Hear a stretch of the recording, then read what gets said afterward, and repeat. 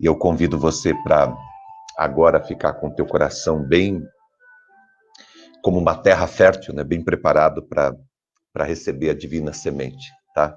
Então prepare teu coração agora para receber a palavra de Deus. Deus tem falado conosco muito nesses dias e eu tenho sido muito ministrado por Deus, não sei você. Deus tem falado muitas coisas para a minha vida e eu fico surpreso.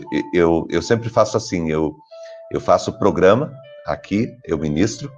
Logo depois que termina, eu vou tomar um café e eu sempre coloco a palavra para ouvir novamente. E aí eu vou ser ministrado.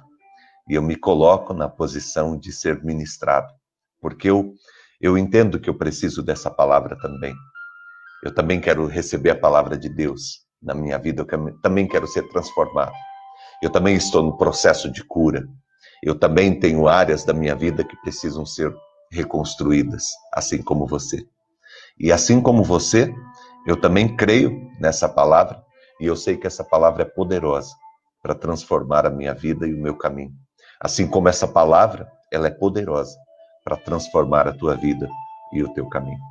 Tá bom? Então, fica firme na palavra de Deus. Deus tem grandes coisas para o teu coração e para a tua vida, em nome de Jesus.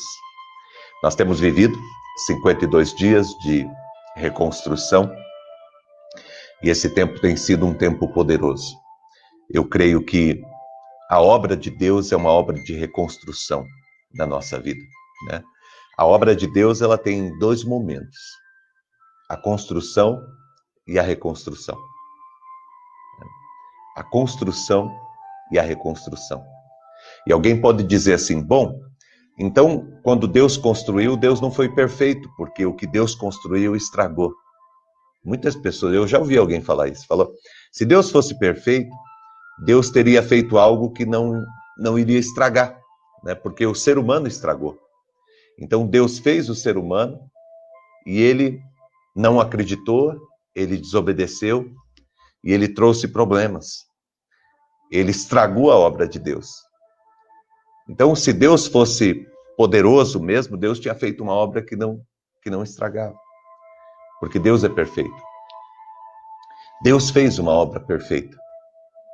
Só que, quando Deus me criou, quando Deus te criou, quando Deus criou a humanidade, Deus nos criou à imagem e à semelhança dele. Portanto, Deus nos criou diferente de todos os outros animais que não têm consciência, que não têm condição de escolha. Deus nos deu a condição de fazermos escolhas. Em algum momento, nós que somos semelhantes, mas não somos como Deus, nós vacilamos e tomamos uma posição errada na nossa vida e por isso criamos um monte de problemas. Não só criamos problemas, como não temos condições de resolver sozinho. É interessante isso, né? Nós não só criamos problemas, como também não temos condições de resolver sozinho. Pensa no filho pródigo. Ele foi para o pai, pediu as coisas dele, saiu para viver a vida dele, estragou, destruiu a vida dele. Ele não apenas criou problema para ele, como de repente, num momento da sua vida, ele se tornou completamente dependente do pai para haver algum tipo de restauração na vida dele, porque ele sozinho não conseguia. Ele disse, eu vou voltar para o meu pai, e eu direi, pai, pequei contra ti, porque na casa do meu pai eu posso ser pelo menos um dos trabalhadores, porque lá eles são tratados com dignidade. Então, o filho pródigo não só criou um problema para a vida dele, como não tinha condições de resolver. E eu e você, vamos ser sinceros, a gente também criamos muitos problemas na nossa vida, não apenas criamos os problemas, como também não temos condições de resolver. A humanidade, ela não apenas cria os problemas, ela também não tem condições de resolver. Mas Deus, pela sua graça e pelo seu amor, e dentro do seu processo de conversão, de perfeição, de um Deus perfeito que Ele é, Ele nos criou, Ele é o Criador, e Ele é também o restaurador. Porque Deus, Ele nos criou, mas Ele também nos deu a condição de sermos restaurados. E eu e você podemos ser restaurados e reconstruídos.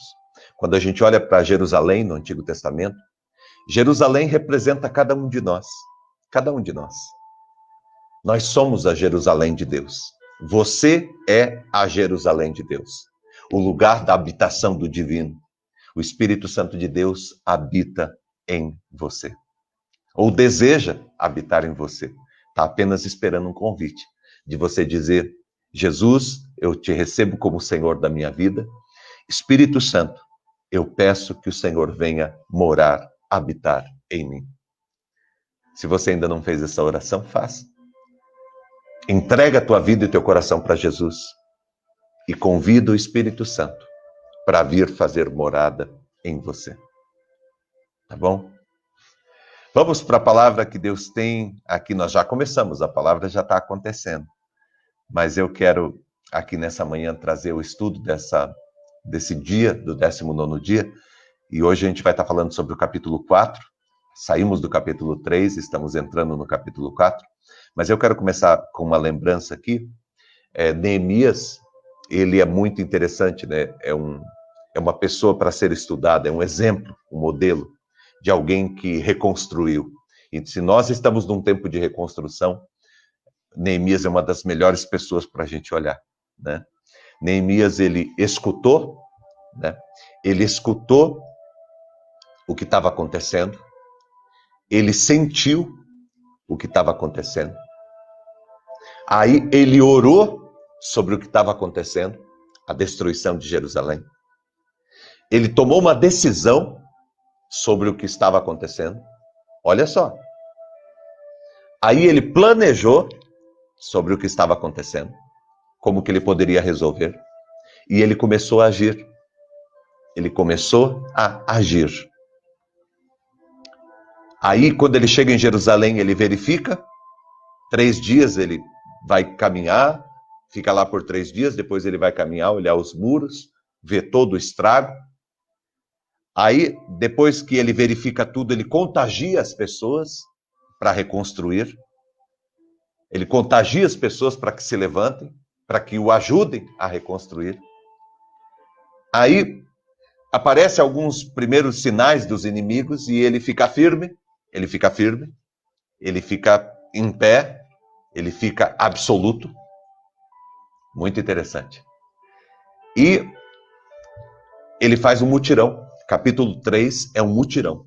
Todo mundo trabalhando, pais e filhos, netos, todo mundo trabalhando, gente que tem uma profissão, tem outra, está todo mundo envolvido, está todo mundo imbuído ali no projeto de reconstrução, todo mundo animado por Neemias, todo mundo trabalhando, cada um trabalhando no seu setor, na sua área, na frente da sua casa, no lugar, na região que morava, mas todo mundo trabalhando, todo mundo agindo. Que bonito, né? Graças a Deus. Uma mobilização, né? No entanto, a gente precisa prestar atenção em algumas coisas, porque até aqui parece que, tá dando tudo certo, legal, Neemias caminhando, as coisas tal, os problemas já vencemos, as dificuldades já vencemos. Opa, peraí, não. Só que não, né? Os problemas ainda persistem. E Neemias vai ter ainda que lutar muito, que enfrentar muito as dificuldades, tá? Por quê? Porque o fato de nós estarmos todos juntos trabalhando numa grande obra, o fato da gente estar trabalhando numa obra que vai abençoar muita gente, que vai abençoar todo mundo, não significa que nós não teremos problemas. Presta atenção. O fato de você estar trabalhando, de você ter juntado um monte de gente, a maioria das pessoas, o fato das pessoas estarem envolvidas numa grande obra que vai abençoar todo mundo, não significa que o teu grupo não terá problemas. Ao contrário, os problemas e as dificuldades, eles sempre nos perseguirão, assim como as bênçãos. Nós não precisamos correr atrás das bênçãos, elas correm atrás de nós. Nós não precisamos correr atrás dos problemas, eles aparecem no meio do nosso caminho. Eles aparecem. O que nós temos que fazer é correr atrás de soluções. O que nós temos que fazer é seguir o nosso caminho e estar avisados e preparados, porque nós vamos ter que enfrentar oposição, dificuldades e lutas. Por isso que o tema do nosso 19º dia é: depois dos pró, vem os contra, né? Depois que um grupo de pessoas se animam, depois que a obra começa a acontecer, depois que os resultados começam a vir, aparecem os contra. Porque ninguém bate em cachorro morto. Enquanto você não está fazendo nada, você não causa desconforto para ninguém. Nós já falamos um pouco sobre isso. Enquanto você não faz nada, você não causa nenhum desconforto para ninguém. Na hora que você começa a se movimentar, na hora que você começa a querer melhorar as coisas, aí você descobre quem é quem e aí você começa a ter problemas e dificuldades por uma série de razões, né? Pessoas que estão com preguiça, não querem se mexer, e por isso não quer que você se mexa. Pessoas que estão levando vantagem com a situação de prejuízo que está. Pessoas que não querem que o projeto dê certo, que não acreditam em você, que não acreditam no projeto. Enfim, as dificuldades e as lutas, elas irão se apresentar, tá bom? Vamos ler capítulo 4, a partir do verso de número 1. Quando Sambalate, que era um dos opositores, soube que estávamos reconstruindo o muro, ele ficou furioso. Ridicularizou todos os judeus. E na presença dos seus compatriotas e dos poderosos de Samaria, disse, porque Sambalate não era judeu, ele não era do povo de Deus, ele pertencia, ele morava ali junto, tinha um monte de gente de outros povos que morava junto nesse momento, tá? E Sambalate era de um outro povo, então ele se juntou com os seus compatriotas e alguns poderosos, né, alguns líderes de Samaria, e disse, o que aqueles frágeis judeus estão fazendo? Será que vão restaurar o seu muro? Irão oferecer sacrifícios? E aí eles continuam aqui. Irão terminar a obra num só dia? Será que vão conseguir ressuscitar pedras de construção daqueles montes de entulho e de pedras queimadas? Tobias, o outro opositor, o homonita, que estava ao seu lado, completou. Pois que construam, basta que uma raposa suba lá para que esse muro de pedras desabe, né? Ridicularizando. Aí, olha a resposta de Neemias. Neemias ora, ouve-nos, ó Deus, pois estamos sendo desprezados. Faze cair sobre eles a zombaria, e sejam eles levados prisioneiros como despojo para outra terra. Não perdoes os seus pecados, nem apague as suas maldades, pois provocaram a ira diante dos construtores. Nesse meio tempo, fomos reconstruindo o muro. Presta atenção, os inimigos estavam lá, falando, cercando, intimidando eles, mas eles foram reconstruindo, eles não pararam o trabalho. Até que toda a sua extensão chegasse à metade da sua altura, pois o povo estava totalmente dedicado ao trabalho. Muito interessante você olhar esse verso aqui. Eles continuaram reconstruindo, eles não pararam, né? E até que o muro chegasse na sua meia altura e todo mundo estava dedicado ao trabalho. Quando, porém, Sambalate, Tobias, os árabes, os amonitas e os homens de Asdod souberam que os reparos nos muros de Jerusalém tinham avançado e que as brechas estavam sendo fechadas, ficaram furiosos, ficaram muito bravos. Todos juntos, presta atenção, todos juntos planejaram atacar Jerusalém e causar confusão. Mas nós oramos ao nosso Deus e colocamos guardas de dia e de noite para nos proteger deles. Verso 10. Enquanto isso, o povo de Judá começou a dizer, os trabalhadores já não têm mais forças, e aí há muito entulho, pois nós mesmos não conseguiremos reconstruir os muros. Ou seja, alguns começaram a desanimar, a olhar para as dificuldades. Os judeus que moravam perto deles, 10 vezes nos preveniram. Para onde quer que vocês se virarem, saibam que seremos atacados de todos os lados. Ou seja, começou um pessimismo ali no meio do povo, por causa dos inimigos estarem falando e mandando recados. Por isso, Neemias diz, eu posicionei alguns do povo atrás dos pontos mais baixos do muro, nos lugares abertos, divididos por famílias, armados de espadas, lanças e também de arcos. Fiz uma rápida inspeção e imediatamente disse aos nobres, aos oficiais e aos restantes do povo: presta atenção, não tenham medo deles. Lembrem-se daquilo que de que o Senhor é grande e temível. E lutem por seus irmãos, por seus filhos, por suas filhas, por suas mulheres, por suas casas. Lutem pela sua família. Não tenham medo deles. Lembrem-se de que o Senhor é grande e temível. E lutem pelos seus irmãos, pelos seus filhos, por suas filhas, por suas mulheres e também por suas casas. Ok, até aqui nós vamos ler hoje. Muito interessante essa parte do texto, porque a construção estava caminhando a todo vapor. É assim, quando você diz que você vai reconstruir alguma coisa, que você vai restaurar a tua vida, renovar a tua vida, à primeira vista as pessoas falam alguma coisa, mas eles não estão acreditando muito, né? Até se você já tentou algumas vezes, não conseguiu, ou se já é algo que parece impossível de ser mudado.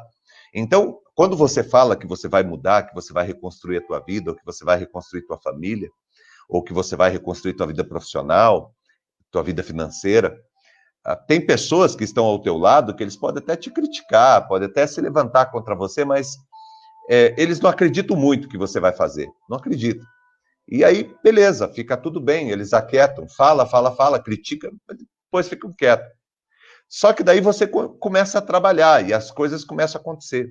E quando o resultado começa a aparecer, quando os primeiros sinais de reconstrução começam a aparecer, é natural que os adversários, que os opositores, que aqueles que não querem o teu bem, aqueles que levam alguma vantagem em que as coisas permaneçam ruins do jeito que está, é natural que eles se levantem contra você. Usados pelo diabo, usados pelo inimigo para impedir você de reconstruir, é natural que apareça. Então, uma vez que você decidiu reconstruir a tua vida, uma vez que você está reconstruindo a tua vida, que você está nesse caminho, pode ter certeza que a oposição aparece, que a crítica vem, que pessoas se levantam contra, que algumas pessoas podem querer fazer algum tipo de mal, te difamar de alguma forma, atrapalhar o teu crescimento, porque tem gente que não consegue crescer e não quer que ninguém cresça. Tem gente que tem inveja, né? E é interessante porque a inveja, ela é terrível. Você sabe o que é pior da inveja? O pior da inveja é que, assim, a pessoa, ela não, no fundo, ela não quer ter o que você tem. No fundo, ela não quer que você tenha o que você tem. Isso é que é terrível do invejoso. Porque o invejoso, ele não quer o meu copo. O pior é que o invejoso, ele quer que eu não tenha o copo. Entendeu? Muito mais do que querer o meu copo, o invejoso, ele não quer que eu tenha o copo. Então, é assim, nós vamos enfrentar adversários, nós vamos enfrentar oposição em todo e qualquer projeto que nós intentarmos na nossa vida, certo? Qualquer projeto de reconstrução, você vai enfrentar oposição, e dependendo do tamanho do projeto, vai ser o tamanho da oposição, tá bom? Então, quanto a isso, a gente está bem preparado, nós vamos enfrentar, né? Então, como que o inimigo age? Como que a gente responde? É isso que eu quero conversar com você nessa manhã, tá? Como que o inimigo age e como que a gente responde, tá? Primeira lição de hoje, a afronta do inimigo e a resposta de Neemias. Então, qual foi a afronta do inimigo e qual foi a resposta de Neemias, tá? Então, nos primeiros versos ali, nos primeiros 3 versos, os inimigos, eles afrontam Neemias e todos os construtores. E eles fazem da seguinte maneira. Primeiro, eles se unem, né? Eles se ajuntam. E é muito interessante, né? Porque eles eram inimigos. Mas para derrubar Neemias e para derrubar o projeto, eles se unem. É possível que os teus inimigos se unam para tentar te derrubar. Isso é natural, normal, entendeu? Assim como Neemias não reuniu todo mundo, Neemias não juntou um monte de gente para fazer o bem, tem gente que se une para fazer o mal. Porque os semelhantes, eles se aproximam. É muito interessante, porque um dia uma pessoa disse, pastor, eu não sei porque eu tenho um azar, só gente mentirosa que fica perto de mim. Por que, pastor, que só gente mentirosa fica perto de mim? Eu pensei, não falei, né? Mas pensei. Pergunte para você se você não tem contado muita mentira. Porque assim, pessoa que fala a verdade quer ficar ao lado de pessoa que fala a verdade. Pessoa que faz o bem quer ficar ao lado de pessoa que faz o bem. Pessoa que serve a Deus quer estar ao lado de pessoas que servem a Deus. Pessoa que valoriza a família quer estar ao lado de pessoas que valorizam a família. Portanto, as pessoas, eles andam em bando, em tribos. Você já viu grupos de adolescentes? A gente nunca muda isso, nós só mudamos os níveis, a maneira, né, de fazer. Mas se você olhar grupos de adolescentes, eles são muito claros isso, né? Eles ficam ali, é o grupo que gosta de rock, é o grupo que gosta de skate, né? É o grupo que gosta de futebol, né? Então eles vivem ali, é o grupo que gosta de videogame. Então eles se juntam, eles se gostam, né? Eles têm prazer de estar juntos. Então, é natural que, assim como no processo de Neemias as pessoas se aproximaram para fazer o bem, é natural também que os inimigos, para atacar, se juntaram para fazer o mal, tá? Então não aconteceu nada diferente, mas eles se uniram para atacar Neemias. Eles se enchem de ira, porque o inimigo fica bravo quando você está dando certo, quando as coisas começam a dar certo para a tua vida, quando vê que as coisas começam a melhorar, tua família começou a melhorar, tua vida financeira começou a melhorar, tua vida profissional começou a melhorar, teus inimigos vão ficar muito bravos. E aí eles vão escarnecer, e eles vão procurar te diminuir, eles vão procurar te desprezar. E foi isso que eles fizeram. Eles começaram a escarnecer. O que é escarnecer? É zombar. É zombar. É desmerecer. É ironizar. E eles começaram a escarnecer, a zombar. E eles começaram a procurar diminuir Neemias. E dizer que o projeto deles não daria certo, que aquilo lá ia cair, que eles não sabiam fazer, que eles estavam fazendo errado, que eles não tinham condições, eles não tinham capacidade de fazer o que eles estavam fazendo, que eles não tinham material suficiente, que eles não tinham direção para fazer o que estavam fazendo, que era uma grande bobagem. E eles começaram de todo jeito fazer, afrontar Neemias e todo o pessoal que estava ali disposto a reconstruir, né? Portanto, nós nos unimos para fazer o bem, para reconstruir. Eu estou aqui com você para reconstruir. Você está aqui comigo. Eu tenho um projeto de reconstrução na minha vida e você é fundamental nesse projeto. Nós estamos aqui unidos. Por que a gente acorda cedo? Por que 7 horas da manhã? É uma loucura, para muita gente é uma loucura que você esteja aqui 7 horas da manhã ouvindo a palavra de Deus. É uma loucura. O cara fala, meu, você é louco. 7 horas da manhã eu estou dormindo, 7 horas da manhã eu estou fazendo outra coisa. Certo? Vou estar ouvindo a palavra de Deus? Ué, nós somos um grupo que somos próximos, nós amamos a palavra de Deus, sabemos que a palavra de Deus é a resposta para nós, e estamos aqui buscando a palavra de Deus. Nós nos unimos, os inimigos também, eles se unem. Tá? Outra coisa, ninguém vai crescer sem luta. Isso aqui é algo que a gente tem que ter isso muito claro. Nenhum de nós aqui vai crescer sem luta. Se você quiser crescer na vida, prepare para lutar. Ninguém vai crescer sem luta, gente. Ninguém vai crescer sem luta, tá? É assim, uma pessoa que ficou, por exemplo, vou pegar um exemplo aqui. Há um menino que ele ficou rico, porque o pai dele era rico, o pai dele deixou herança, ele ficou rico. Então, ele já cresceu, ele ficou rico. Não cresceu, ele parece aqueles pintinhos de granja, sabe aqueles pintinhos que hoje em dia o pessoal dá aqueles hormônios, é pintinho ainda, mas já está desse tamanho, né? Na verdade, é um pintinho grande, né? Não sei como é que fala isso, mas ele ainda é infantil, ele ainda né? Ele só recebeu, às vezes, a bondade do pai, ou a sorte, ou o azar de receber um monte de recurso, um monte de herança, e de repente ele ficou rico, porque recebeu do pai um monte de coisa. Mas se você quiser crescer, amadurecer mesmo, você tem que passar por todos os processos, por todas as fases. Você tem que atravessar o deserto, você tem que atravessar os vales. Você tem que enfrentar. Ninguém cresce sem luta. Ninguém cresce sem luta. Certo? Ninguém cresce sem luta. Então, se eu quero crescer, desenvolver, amadurecer, eu preciso passar pelas fases da vida. Eu preciso ter coragem de enfrentar. Tá bom? Vamos lá. Nós somos frágeis, mas o nosso Deus é forte. Tá?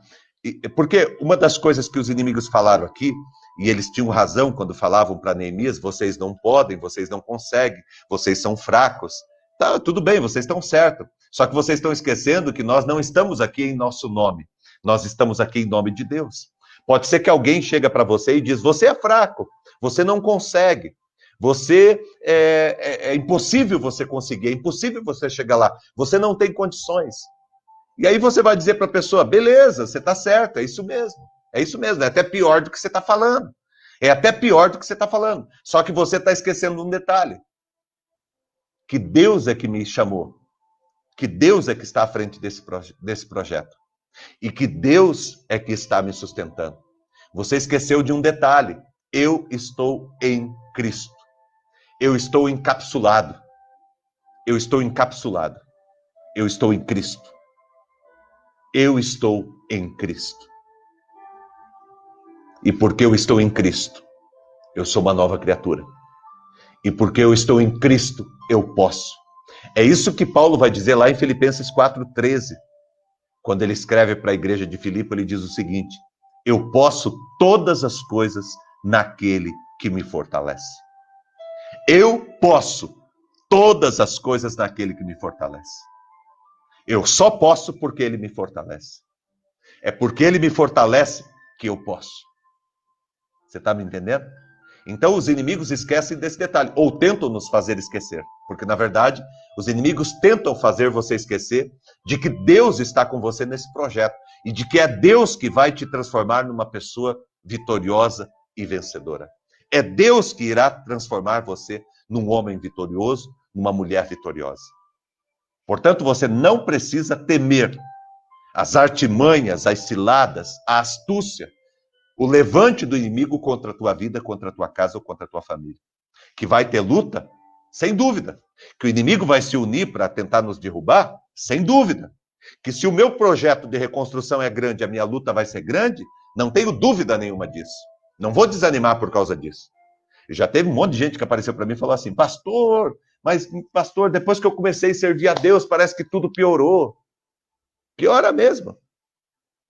Ah, pastor, depois que eu decidi obedecer a palavra, ouvir a palavra, orar, eu comecei a orar e as dificuldades começaram a vir. Vem mesmo, vem mesmo. Então tá certo. Qual que é o erro disso? Não, pastor, porque daí minha vida, mas qual que é o erro? Ninguém te falou isso? O cara falou para você que você ia aceitar Jesus e que Jesus ia na tua frente, dando murro nos inimigos e que você ia andando, né, andando ali tranquilamente, como se você fosse o rei da cocada? Não é assim, não é assim.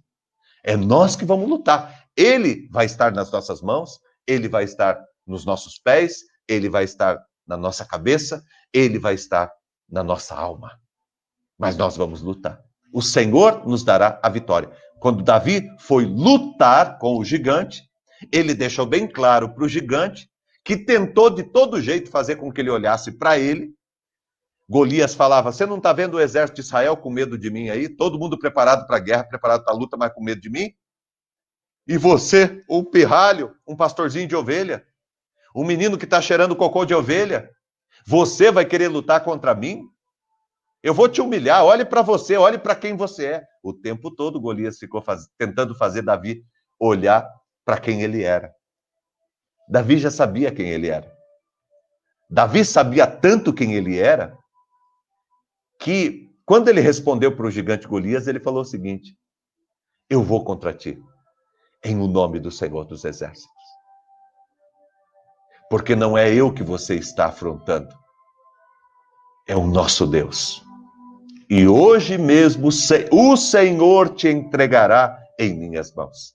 É desta forma, gente, que você tem que responder aos teus inimigos, aos teus opositores. Não é você indo lá, né? Porque eu vou fazer, porque eu vou dar... Não, é Deus que vai fazer. É Deus que vai fazer. Nós somos apenas o instrumento. Nós somos aquela pedra que Davi lançou. Aquela pequena pedra lisa. Você é uma pequena pedra lisa. Quem derruba o gigante é o poder que Deus coloca nessa pedra. Você está me entendendo? É o poder que Deus coloca nessa pedra. Quando alguém quiser saber quem você é, você diz: eu sou aquela pequena pedra lisa que Davi lançou contra o gigante. Ah, mas você vai derrubar o gigante? Não. O poder que Deus colocou na pedra é que derruba o gigante. Nós somos frágeis, mas o nosso Deus é forte. E Ele nos fará mais do que vencedor em todas as batalhas. Por isso, não tenha uma imagem muito elevada de si mesmo, nem uma baixa autoestima. São os dois limites que nós temos que tomar cuidado, né? Eu não posso pensar de mais nem de menos a respeito de mim. Eu não posso pensar que eu sou, que eu sou, porque senão eu me arrebento. Davi não pensou que ele era, eu fui ungido como rei, então eu vou com a minha força e eu vou derrubar esse gigante. Eu que vou derrubar esse gigante. Davi, ele não pensou desse jeito. É Deus que vai derrubar o gigante. Só que, por outro lado, Davi não ficou como o exército de Israel, tremendo das pernas. Ele foi para a luta. Porque Davi, ele estava nesse ponto de equilíbrio. Nem sou mais do que sou, e nem sou menos do que sou. Eu sou o que eu sou. Imagem e semelhança de Deus. Um filho de Deus, que Deus levantou para reconstruir. E eu vou reconstruir em nome de Deus. Eu vou fazer em nome do Senhor Jesus. Então, não tenha um pensamento sobre você alto demais e nem tenha um pensamento sobre você baixo demais. Você é um homem de Deus, uma mulher de Deus que Deus levantou para que você tenha vitória. Para terminar, nessa manhã, qual que foi a resposta que Neemias deu? Qual que foi a resposta que Neemias deu?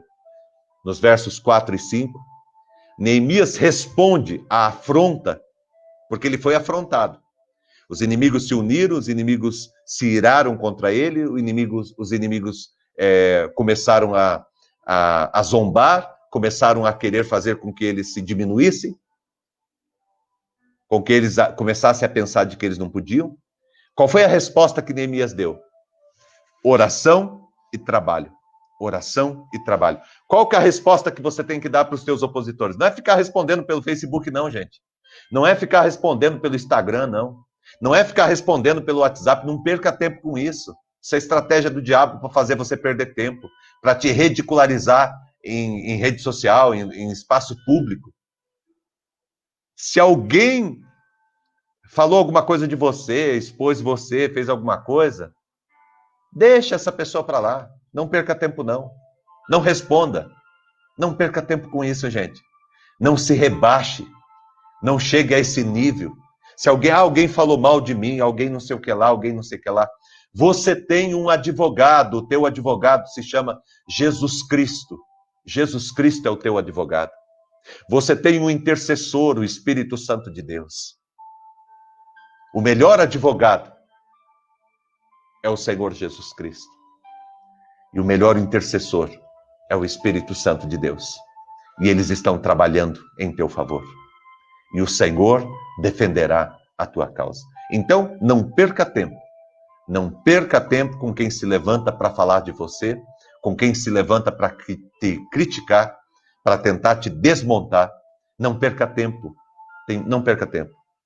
Uma das coisas que eu aprendi da minha vida conversando com um homem de Deus muito sábio, ele disse o seguinte: Maurício, nunca se defenda. Você tem um advogado e você pertence a ele. Ele te defenderá. O que Neemias fez? Ele não ficou se defendendo. Ele sabia quem ele era. Sabe, a pessoa que fica se defendendo é a pessoa que às vezes tem dificuldade de saber quem é. A pessoa entra em confusão, entra em parafuso. Porque quem sabe quem é, não precisa ficar se defendendo. Até porque, deixa eu te falar uma coisa. Quem é teu amigo sempre vai acreditar em você. Quem é teu inimigo nunca vai acreditar em você. Então, para que perder tempo se defendendo? Se quem não gosta de você, por mais argumento que você tenha, não vai acreditar. Se quem gosta de você, por menos argumento que você tenha, vai continuar do teu lado. Para que você vai perder tempo com isso, gente? Isso é apenas para atrapalhar o trabalho. Você viu num dos versos que nós lemos ali, que enquanto estava falando, Neemias e o povo continuaram trabalhando, eles continuaram avançando. Enquanto o inimigo está falando, eles continuaram trabalhando. Eles continuaram trabalhando. Portanto, não perca tempo com o inimigo. Eu lembro de uma historinha que eu aprendi uma vez, estou passando do tempo já de novo, mas eu lembro de uma historinha muito rápida. Eu li numa revista, achei muito interessante, guardei na minha mente, faz muitos anos já. Era o Pombinho Encrenqueiro. Pombinho Encrenqueiro.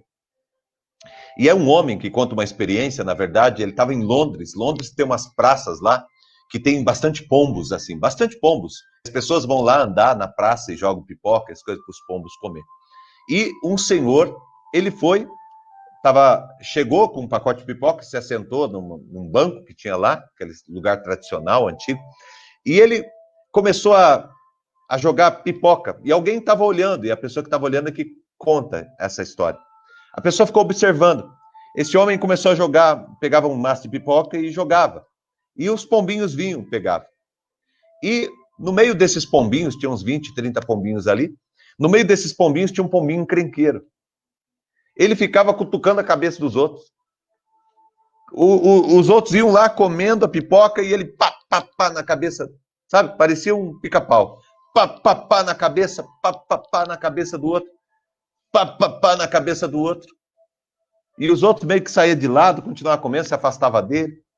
Aí ele percebeu que aquele pombinho ele ficava meio que isolado, meio que sozinho, os outros meio que se afastavam dele. E ele ia meio que se aproximando e toque na cabeça. E ele ficou olhando, nossa, que pombinho chato. Aí ele falou, alguém tem que fazer alguma coisa com esse pombinho. Mas aí ele ficou observando e ele sabe o que ele entendeu? Que ninguém precisava fazer nada com aquele pombinho. Aquele pombinho já estava recebendo o resultado dos seus maus feitos. Porque enquanto os outros estavam comendo, ele estava se preocupando em ficar cutucando o outro. Se preocupando em ficar cutucando o outro. Cutuca um, cutuca outro. Enquanto isso, os outros estão comendo a pipoca. Final do dia, os outros, mesmo que cutucadinho, mas eles estavam com o papo cheio de pipoca. E aquele perturbado, o encrenqueiro, estava com o bico doendo. De tanto ficar cutucando o outro. O que a gente aprende com isso? Fica cutucando os outros, não. Aproveita e come a tua pipoca. E se alguém está cutucando, se afasta. Se afasta. Não merece a tua atenção. Não merece a tua resposta. Neemias, o que ele faz? Ele vai orar e trabalhar. Hoje, ore e trabalhe. Amanhã, o que você vai fazer? O que eu faço amanhã, pastor? Ore e trabalhe. E pastor, semana que vem, o que eu faço? Ore e trabalhe. Nos outros aí, 30 e poucos dias que tem aí pra gente da nossa campanha de reconstrução, o que a gente faz? Ore e trabalhe. Aprenda a palavra, se alimente da palavra, ore e trabalhe. Essa é a resposta. E é assim que nós vamos caminhar bem.